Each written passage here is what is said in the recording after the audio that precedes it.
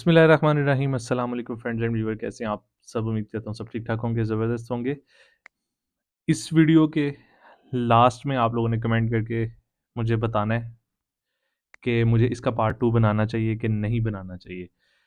Basically मैं अपनी जो नॉर्थ साइप्रस आने तक की जर्नी है, वो मैं आप लोगों के साथ शेयर करने जा रहा हूँ कि मतलब नॉर्थ साइप्रस में मेरा कैसे प्लान बना, क्या-क्या चीज़ें मैंने फ़ेस की यहाँ पे आके, किन-किन प्रॉब्लम्स को मैंने यहाँ पे फ़ेस किया। और आज मैं हाँ, मतलब यहाँ पे डिग्री कंप्लीट की हुई है और क्या कर रहा हूँ, क्या नहीं, ईच एंड एवरीथिंग आज तक का मैं आप लोगों को जो है पार्ट्स में जो है क्लिप्स बना के बताऊँगा।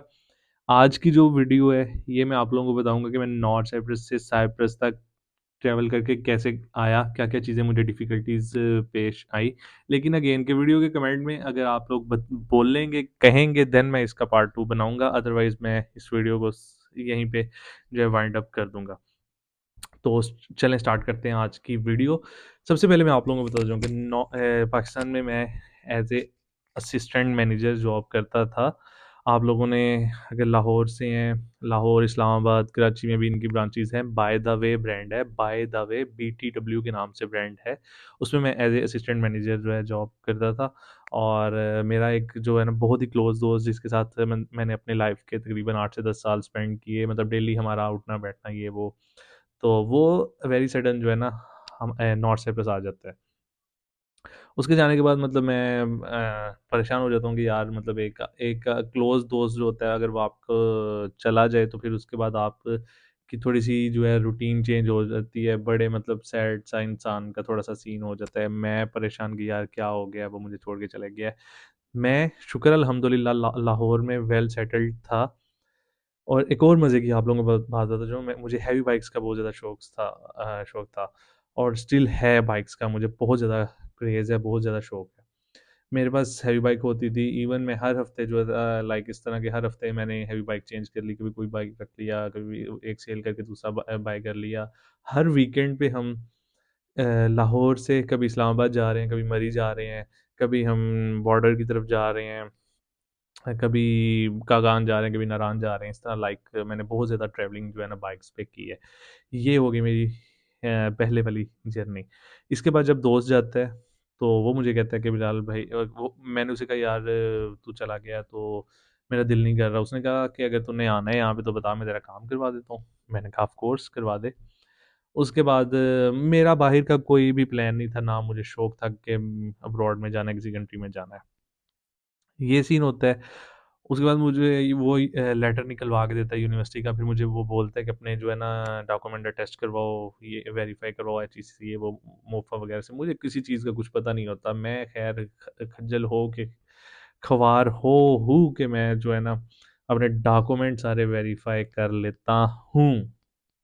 उसके बाद उसके बाद सीन होता है, जब वो मुझे लेटर सेंड करता है, तब यूनिवर्सिटी की जो इनिशियल पेमेंट थी ना, वो थी €1500। भाई €1500 जो था, मैं पाकिस्तान से मनीग्राम में से यूनिवर्सिटी के बैंक अकाउंट में डिपॉज़िट करवा देता हूँ। डिपॉज़िट करवाने के बाद क्या सीन होता है, मुझे एम्बेसी के मतलब अ, मुझे कन्फर्मेशन हो गई कि भाई एडमिशन हो गया मेरा, और दोस्त ने भी कहा कि वीज़ा 100% मिल जाएगा, टेंशन वाली बात नहीं है। उसी टाइम मैंने फिर जॉब रिज़्यूम कर दी अपनी, और जो था घर चला गया, मैं घर बैठ गया। अब महीना मैं घर बैठा रहा हूँ, तो भाई अपॉइंटमेंट ही नहीं थी मिल रही। यूनिवर्सिटी वाले कहते थे हमने डाटा भेज दिया है, ये एम्बेसी वाले कहते थे हमें डाटा नहीं मिल रहा। मैं कोई 20-25 कॉल्स कर चुका एम्बेसी में, लेकिन कोई सीन नहीं इस तरह हुआ। एम्बेसी के चक्कर लगा-लगा भी थक गया, लेकिन कोई सीन नहीं, भाई अपॉइंटमेंट ही नहीं मिल रही। वेल एक दिन बाय चांस एक नए बंदे ने कॉल अटेंड की, उसने कहा कि आपकी अपॉइंटमेंट आ गई हुई है, लेकिन आपके फादर नेम जो है वो मिस्टेक है, तो आप आके डॉक्यूमेंट जो है ना जमा करवा दें। अब मैं एम्बेसी पहुँचता हूँ, एम्बेसी जब अपने डॉक्यूमेंट लेके जाता हूँ, तो वहाँ पे एम्बेसी के बाहर लोग इतने खड़े होते हैं, वो भी आपको जो है ना डरा रहे होते हैं। यार ये है, वो है, ऐसे है, वैसे है। अब मेरा स्टडी गैप था।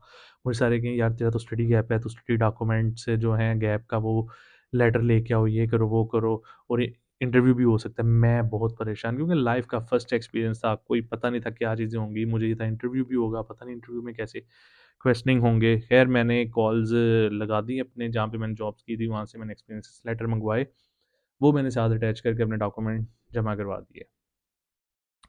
डॉक्यूमेंट्स भाई जमा करवाने के बाद मुझे जब वहाँ से वीज़ा मिलता है, विदाउट एनी इंटरव्यू डायरेक्ट ही मुझे वीज़ा मिल गया था।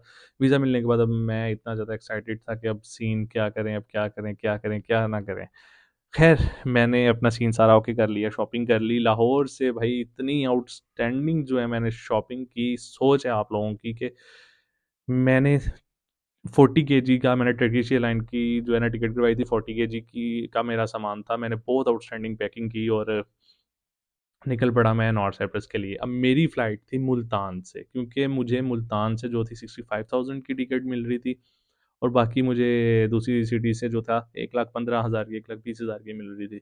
मैंने मुल्तान के लिए हम फैसल मूवर पे बैठे, बैग रखे अपने और निकल पड़े। मुल्तान जब हम पहुँचे हैं वहाँ पे मुल्तान, मुल्तान पहुँचने के बाद भाई जब हम सुबह निकलते हैं और मैं गाड़ी से अपना बस से सामान निकलवाने के लिए उतरता हूँ, तो मेरा भाई एक बैग ही गुम हो जाता है। जिसके अंदर मैंने अपने सारे के सारे न्यू कपड़े रखे होते हैं, वो बैग ही भाई गुम हो जाता है। मैं परेशान कि भाई क्या सीन है, क्या नहीं? फैसल मूवर वाले भी जो कोई रिस्पॉन्सिबिलिटी नहीं थे ले रहे, उन्होंने पर्ची दिखा दी, तो उन्होंने कहा, "इससे ज़्यादा सामान की हम रिस्पॉन्सिबिलिटी नहीं ले रहे।" उन्होंने ख़ैर कैमरे वगैरह ट्रेस किए, ये किया, वो किया, लेकिन कैमरे भी माशाल्लाह से उनके जो थे ना चल ही नहीं थे रहे। ख़ैर इन शॉर्ट लगेज मुझे नहीं मिला, मेरा वो जो था 25 केजी वाला बैग वो टोटल जो था गुम हो गया। मुझे परेशानी पड़ गई कि भई अब मैं नॉर्थ साइप्रस क्या लेके जाऊँ? सुबह हम पहुँचे थे, रात की मेरी फ्लाइट थी। अब मैं जाता हूँ उधर मुल्तान में हम जाते हैं, वहाँ पे हम होटल वगैरह लेते हैं, होटल में स्टे करने के बाद हम जो है अपना मतलब मैं निकलता हूँ बाहर, मैं देखता हूँ कि अब थोड़े बहुत जो हैं पैसे उनसे कुछ ऐसे कपड़े ले लूँ कि जो मुझे नॉर्थ साइप्रस में काम आएँ।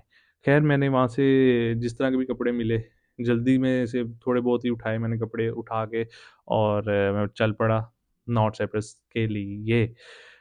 फ्लाइट में फर्स्ट एक्सपीरियंस था, फ्लाइट में बैठे टर्किश एयरलाइन में, वेरी ही अमेजिंग फ्लाइट थी यार, बहुत खूबसूरत टर्किश एयरलाइन थी। पहले कतर गया, कतर से फिर मैं नॉर्थ साइप्रस आया। अच्छा जब मैं नॉर्थ साइप्रस एयरपोर्ट पे पहुँचा हूँ, यहाँ पे मैं एक फर्स्ट एक्सपीरियंस था मेरा, मुझे समझ नहीं थी आ रही कि यार क्या है, क्या नहीं, एक नई जर्नी, एक नई कंट्री और कंट्री ही थी माइंड में नॉर्थ साइप्रस क्योंकि बिल्कुल भी कोई आइडिया नहीं था कि नॉर्थ साउथ वाले भी रोले हैं यहाँ पे। मैं एयरपोर्ट पे जब पहुँचता हूँ इमिग्रेशन पे तो वहाँ पे काला ही काला भाई, जो जहान का काला जो है ना मुझे नज़र आता है। मैं कहता हूँ यार ये क्या सीन है? ये मैं किधर पहुँच गया हूँ? उसके बाद क्या होता है मैं इमिग्रेशन में पहुँचता हूँ, वो मेरे डॉक्यूमेंट्स वगैरह चेक करते हैं, मुझे ओके करके क्लियर करके बाहर भेज देते हैं वो।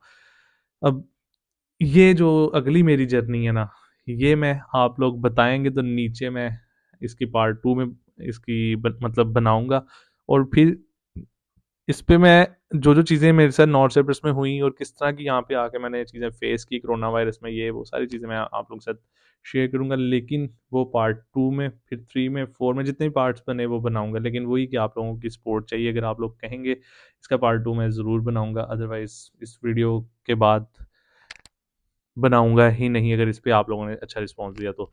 अगर आप लोग अगेन के अगर आप लोग इंटरेस्टेड हैं मेरी नॉर्थ साइप्रस की जर्नी और यहाँ पे जो मैंने टफ टाइम स्पेंड किया और वो टाइम जो आप लोगों को आगे भी यहाँ पे फेस करना पड़ सकता है एज इंटरनेशनल स्टूडेंट, तो इंशाल्लाह आप लोगों को उसके हल भी बताऊंगा और सारी चीज़ें बताऊंगा।